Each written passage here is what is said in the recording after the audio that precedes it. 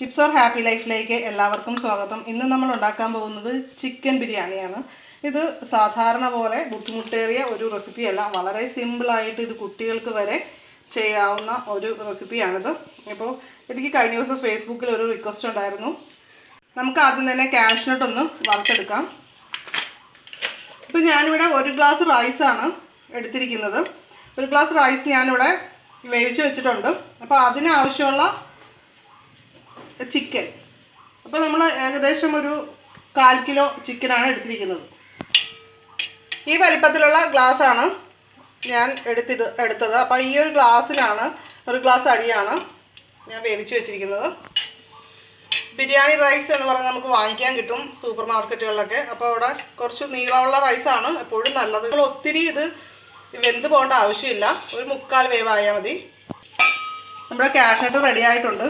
അപ്പോൾ അത് നമ്മൾ കോരി മാറ്റുക. ഇനി നമുക്ക് ഉണക്കമുന്തിരി ഇതിലേക്ക് ആഡ് ചെയ്യാം. അപ്പോൾ അതും ഒന്ന് നമുക്ക് ഫ്രൈ ചെയ്തെടുക്കാം. റൈസ് വേവിക്കുമ്പോൾ ശ്രദ്ധിക്കേണ്ട ഒരു കാര്യം, നമ്മൾ കുറച്ച് ഉപ്പും അതേപോലെ തന്നെ നാരങ്ങാ നീരും ഇതിലേക്ക് ചേർത്തിട്ട് വേണം ചെയ്യാൻ. അപ്പോൾ നമ്മുടെ റൈസിലേക്ക് ആവശ്യത്തിനുള്ള ഉപ്പും പിടിക്കും, അതുപോലെ തന്നെ തമ്മിൽ ഒട്ടാതിരിക്കും, ചോറുകൾ തമ്മിൽ ഒട്ടി പോകത്തില്ല. അത് ഒരുപാട് വേവിക്കേണ്ട ആവശ്യമില്ല. നമ്മുടെ ഉണക്കമുന്തിരി ഫ്രൈ ചെയ്തെടുത്തിട്ടുണ്ട്. ഇനി നമുക്ക് ഒരു കറിവേപ്പില ഫ്രൈ ചെയ്തെടുക്കാം. അത് നമ്മൾ മാറ്റി വെച്ചിട്ട് ലാസ്റ്റ് നമ്മൾ ഇതിൻ്റെ മുകളിലേക്ക് ഇടാൻ വേണ്ടിയിട്ടാണ് സവാള അരിഞ്ഞത് ചേർത്ത് കൊടുക്കുക. ഇത് നന്നായിട്ട് വഴന്ന് വരണം. നമുക്ക് ഈ സവാളയിലേക്ക് കുറച്ച് ഉപ്പിട്ട് കൊടുക്കാം. ഇതിങ്ങനെ ചെയ്യുന്നത് പെട്ടെന്ന് തന്നെ നമുക്ക് മൊരിഞ്ഞ് കിട്ടാനായിട്ട് സഹായകരമായിട്ടുള്ള ഒരു കാര്യമാണ്. നമ്മുടെ സവാള ഫ്രൈഡായിട്ട് വന്നിട്ടുണ്ട്. അപ്പോൾ നമുക്ക് ഇതിൽ കുറച്ചെടുത്ത് കോരി മാറ്റി വെക്കാം. ഇനി നമുക്ക് ഇതിലേക്ക് കുറച്ച് ജിഞ്ചർ ഗാർലിക് പേസ്റ്റ് ഇട്ട് കൊടുക്കാം. അപ്പോൾ ഇഞ്ചിയും വെളുത്തുള്ളിയും നമ്മൾ ചതച്ചെടുത്താൽ മതി. അത് 1 സ്പൂണോളം വേണം.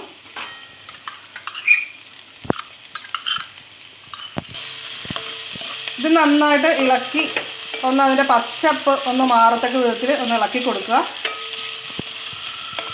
ഇനി നമുക്ക് മസാല ആഡ് ചെയ്ത് കൊടുക്കാം. ഇവിടെ ഞാൻ 1 ടീസ്പൂൺ മല്ലിപ്പൊടി, അതേപോലെ 1 ടീസ്പൂൺ മസാലപ്പൊടി, 1 ടീസ്പൂൺ കുരുമുളക് പൊടി, ഇതേ രീതിയിലാണ് എടുത്തിരിക്കുന്നത്. അപ്പോൾ ഇത് നമുക്ക് ആഡ് ചെയ്ത് കൊടുക്കാം.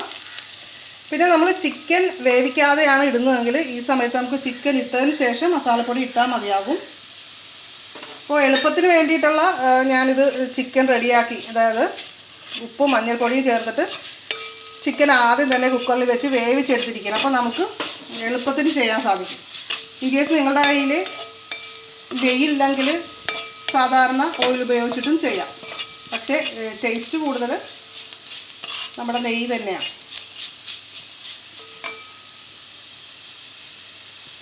ഇനി നമുക്ക് ചിക്കൻ ആഡ് ചെയ്യാം. ഇനി ഞാൻ ഇതിൻ്റെ മുകളിലേക്ക് കുറച്ച് തക്കാളിയുടെ സ്ലൈസ് ഇട്ട് കൊടുക്കുകയും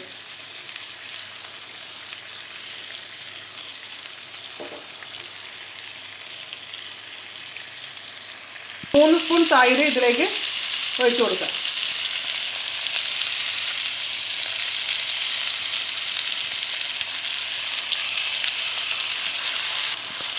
ഇപ്പോൾ ഒരു 2 മിനിറ്റ് ആയിട്ടുണ്ട്. നമുക്കിനി ഇതൊന്ന് മിക്സ് ചെയ്ത് കൊടുക്കാം.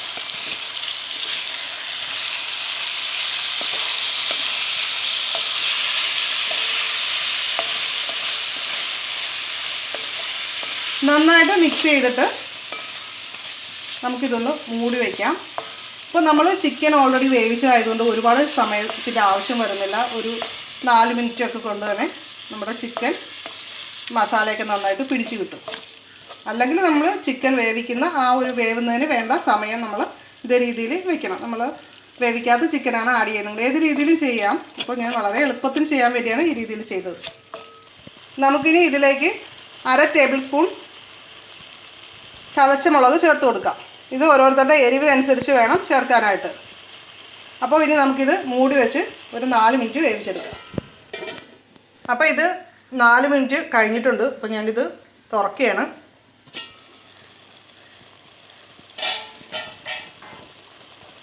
ഇനി നമ്മൾ ചെയ്യേണ്ട കാര്യം എന്ന് പറഞ്ഞാൽ ഇതിൽ ഓൾമോസ്റ്റ് എല്ലാം തന്നെ നമ്മൾ കോരി മാറ്റും. ഒരു പീസ് വല്ലതും ബാലൻസ് അടിയിൽ വെച്ചിരുന്നാൽ മതി, ഇതിനകത്ത് കിടന്നാൽ മതി. അതിനുശേഷം നമ്മൾ റൈസ് ഇട്ട് കൊടുക്കുകയാണ് ചെയ്യുന്നത്.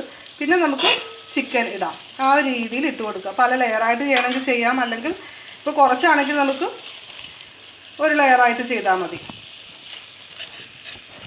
അപ്പോൾ ഞാനിത് കോരി മാറ്റട്ടെ.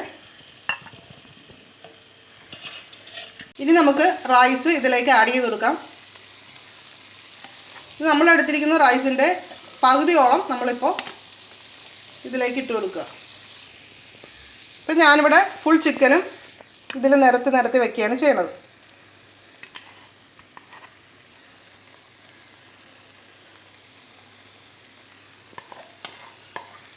ഇനി നമുക്ക് ബാലൻസ് ഇരിക്കുന്ന റൈസ് ഇതിൻ്റെ മുകളിലായിട്ട് ഫില്ല് ചെയ്യാം. ഇനി നമുക്ക് തക്കാളി വെച്ച് കൊടുക്കാം. ഇനി മല്ലിയില ഇതിൻ്റെ മുകളിൽ ഇട്ട് കൊടുക്കാം.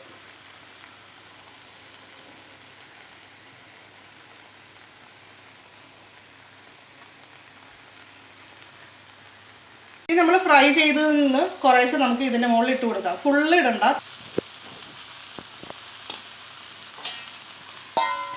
ഇനി നമുക്കിതൊന്ന് മൂടി വയ്ക്കാം. നമ്മളൊരു 10 മിനിറ്റ് ഇതുപോലെ ചെറിയ തീയിൽ വേവിച്ചെടുക്കുകയാണ് ചെയ്യേണ്ടത്. ഇതാണ് ലാസ്റ്റ് നമ്മൾ ദം ചെയ്യുന്ന സ്റ്റെപ്പ് എന്ന് പറയുന്നത്. ഇനി ചിലരുടെ മൂടിയിൽ ഇതുപോലെ ഹോളുള്ളതുണ്ടാകും. നോൺ സ്റ്റിക്ക് പാനൊക്കെ യൂസ് ചെയ്യുന്നവരാണെങ്കിൽ, ഞാൻ അങ്ങനത്തെ എടുത്തില്ല. കാര്യം അങ്ങനത്തെ ആണെങ്കിൽ നമ്മൾ അതിൻ്റെ ഹോളിൽ കൂടി എയർ പുറത്തേക്ക് പോകും. അപ്പോൾ അതൊന്ന് പിന്നെ നമ്മൾ കവർ ചെയ്ത് വെക്കേണ്ടി വരും. അതുകൊണ്ടാണ് നന്നായിട്ട് മൂടിയിരിക്കാവുന്ന ഒരു പാത്രം എടുത്താൽ മതി. 10 മിനിറ്റ് ആയിട്ടുണ്ട്. നമുക്കിത് ഓപ്പൺ ചെയ്യാം. ഇപ്പം നമ്മുടെ ബിരിയാണി റെഡി ആയിട്ടുണ്ട്. ഇനി ഇതിൻ്റെ കൂടെ ഒരു റൈത്ത ഉണ്ടാക്കണം. അതായത് നമ്മുടെ സാലഡില്ലേ, അപ്പോൾ അതിന് സവാളയ്ക്ക് അരിഞ്ഞ് ഞാനതൊന്ന് കാണിച്ചു തരാം. പിന്നെ നിങ്ങൾക്ക് ഇനി ഫുഡ് കളർ ആഡ് ചെയ്യണമെന്നുണ്ടെങ്കിൽ യെല്ലോ കളറിലെ ഫുഡ് കളർ വാങ്ങിച്ചിട്ട് പാലിൽ മിക്സ് ചെയ്യുക. 3 സ്പൂൺ പാലിൽ ഒരല്പം കളർ മിക്സ് ചെയ്തിട്ട് ഇതിലേക്ക് മുകളിലേക്ക് ഇട്ട് കൊടുത്ത് നമ്മൾ ഇളക്കിയെടുത്താൽ മതി. ബിരിയാണിയുടെ ബെസ്റ്റ് കോമ്പിനേഷനാണ് റൈത്ത അല്ലെങ്കിൽ സാലഡ്. ഇതില്ലെങ്കിൽ നമുക്ക് കഴിക്കാനേ പറ്റില്ല അല്ലേ.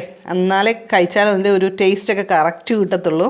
അപ്പോൾ അതുണ്ടാക്കാൻ വളരെ സിമ്പിളാണ്. നമുക്ക് കുറച്ച് തൈര്, പിന്നെ വേണ്ടത് സവാള, അതേപോലെ തന്നെ ടൊമാറ്റോ. ഇത് ടൊമാറ്റോ ആണെങ്കിലും സവാളയാണെങ്കിലും കട്ട് ചെയ്യുന്നത് ചെറുതായിട്ട് കട്ട് ചെയ്യാനായിട്ട് ശ്രദ്ധിക്കുക. അതാണ് പ്രധാനമായിട്ടും അതിൽ ചെയ്യാനുള്ളത്. സവാളയും പച്ചമുളകും ഒന്നിച്ച് ഒരു പാത്രത്തിലേക്ക് ഇടുക. അതിൽ കുറച്ച് ഉപ്പ് കൂടി ചേർക്കുക. ഇനി ഇത് നമ്മൾ ജസ്റ്റ് ഒന്ന് തിരുമ്മി എടുക്കുകയാണ് ആദ്യം ചെയ്യുന്നത്. തക്കാളി നമ്മൾ ഈ കൂട്ടത്തിൽ ഇടേണ്ട ആവശ്യമില്ല. ഇങ്ങനെ നമ്മൾ സവാളയും പച്ചമുളകും ഒക്കെ ഉപ്പൊക്കെ ചേർത്തൊന്ന് തിരുമ്മി വെച്ചാൽ ഇത് നന്നായിട്ട് സോഫ്റ്റായി കിട്ടും. അപ്പോൾ നമ്മുടെ റൈത്ത കഴിക്കാൻ നല്ല ടേസ്റ്റ് ആയിരിക്കും. അതുകൊണ്ടാണ് ഇങ്ങനെ ഒന്ന് ചെയ്യണമെന്ന് പറയുന്നത്. ഇനി നമുക്ക് ടൊമാറ്റോ അരിഞ്ഞ് വെച്ചിരിക്കുന്നത് ഇതിലേക്ക് ചേർത്ത് കൊടുക്കാം.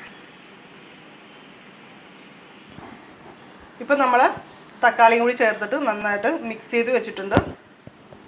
ഇനി നമുക്കിതിലേക്ക് തൈര് ആഡ് ചെയ്താൽ മാത്രം മതി. നമ്മുടെ വീട്ടിൽ തന്നെ ഉണ്ടാക്കുന്ന നല്ല കട്ട തൈരാണ് നല്ലത്. അപ്പോൾ തൈര് ഉണ്ടാക്കാൻ ഇതുവരെ അറിയാൻ പാടില്ലാത്തവർ പറയുക, ഞാനതിൻ്റെ ലിങ്ക് തരാം. വളരെ എളുപ്പത്തിൽ നമുക്ക് വീട്ടിൽ തൈര് പ്രിപ്പയർ ചെയ്യാൻ സാധിക്കും. ഇപ്പോൾ ഫേസ് പാക്ക് ഉണ്ടാക്കാനാണെങ്കിലും അല്ലെങ്കിൽ ഇതുപോലെ നമുക്ക് കഴിക്കാനുള്ള ഫുഡ് ഐറ്റംസ് പ്രിപ്പയർ ചെയ്യാനാണെങ്കിലും നമ്മുടെ വീട്ടിൽ തന്നെ ഉണ്ടാക്കിയ തൈരായിരിക്കും എപ്പോഴും ബെസ്റ്റ്. ഇനി ഇതിലേക്ക് നമുക്ക് ആവശ്യത്തിനുള്ള തൈര് ചേർത്ത് കൊടുക്കാം.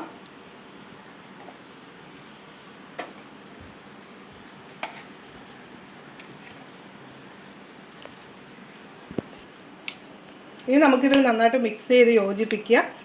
ഇത്രയേ ഉള്ളൂ, നമ്മുടെ റൈത്ത അല്ലെങ്കിൽ ബിരിയാണിക്ക് പറ്റിയ നല്ല സൂപ്പർ സാലഡ് തയ്യാറായിട്ടുണ്ട്. അപ്പോൾ നമുക്കിതൊന്ന് മിക്സ് ചെയ്തെടുക്കാം.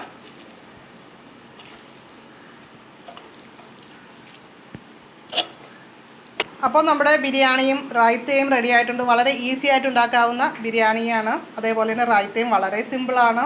ഇതുവരെ ബിരിയാണി ഉണ്ടാക്കിയിട്ടില്ലാത്തവർ ട്രൈ ചെയ്യാൻ പറ്റിയ വളരെ ഈസി ആൻഡ് സ്പെഷ്യൽ ടേസ്റ്റുള്ള ബിരിയാണിയാണ്. അപ്പോൾ എല്ലാവരും ട്രൈ ചെയ്യുക.